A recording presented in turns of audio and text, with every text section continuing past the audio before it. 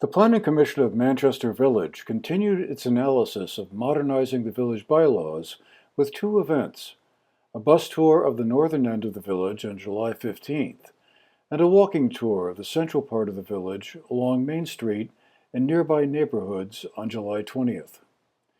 The goal of both exercises was to get a first-hand, up-close look at certain points in the village to see if the zoning bylaws in place accurately reflected the on-the-ground reality, as well as what village officials and residents wanted to see in place to protect the historic character of the village while making future developments possible.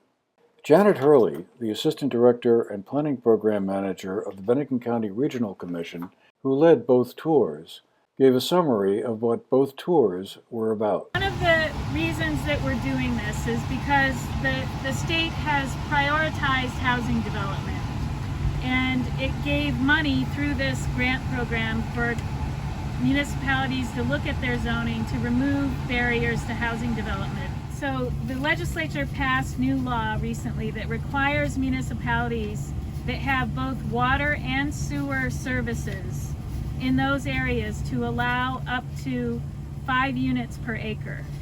Now, for instance, Witherell has both water and sewer, but nobody on Witherell is probably interested in building 5 units per acre on their property.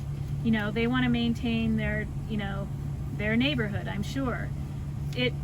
So because the state requires that you allow that, that doesn't mean that somebody is going to do that. If you have vacant lands in those areas, yeah, a developer might come along and want to do that.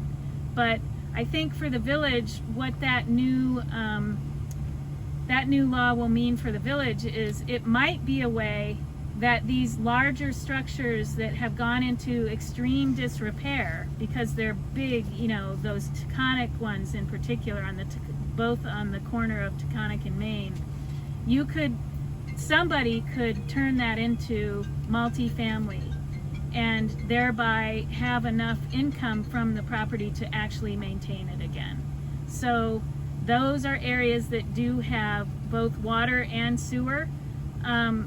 So that would need to be allowed. That still, it doesn't mean that anyone's going to come along and say that's what they want to do. But if somebody does, you would have to allow it. And so as I explained at our meeting at BBA, what's really important here is that the village maintains its design review and its design guidelines and standards. Because if somebody is going to take one of those and turn it into multi-family living, you don't want it to look like an apartment building. You want it to continue to look like the estate, the single family estate that it once was. And things like making sure that those design guidelines have standards that say you can't have 3 front doors on the front facade of the building, that kind of thing. And you'll need to think about how do you allow enough parking for 8 units in that huge house without the parking making it look like a commercial lot. The bus tour departed from the Southern Vermont Arts Center and headed first up Manchester West Road, exploring housing locations there. Then it was down Ways Lane, roughly the dividing line between the town of Manchester and the village, and over to Equinox Village and the Maple Street School, the area behind the Shaw Supermarket. The meadows here is how many per acre? And this is the meadows on our right? This is about 3 units per acre. And then the village, Equinox Village is that building there, and how many is that per acre? Equinox Village is 5.6 units per acre. So there's 56 total units at Equinox Village, and it sits on about 10 acres of land.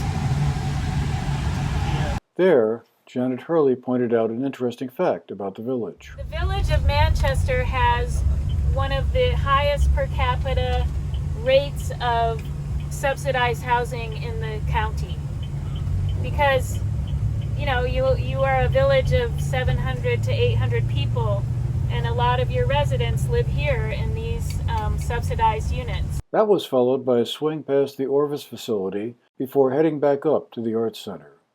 Then, on Saturday, July 20th, A walking tour started from the Bennington County Courthouse at the corner of Main and Union Streets, before doubling back and through the Equinox Resort and over to the neighborhood on the other side of Seminary Avenue.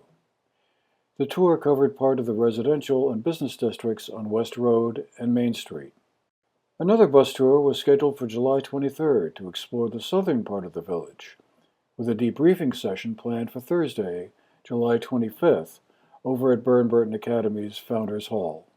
The project, which is funded through a state grant, is being carried out with consulting support from the Bennington County Regional Commission. For the GNAT-TV News Project, I'm Andrew McKeever.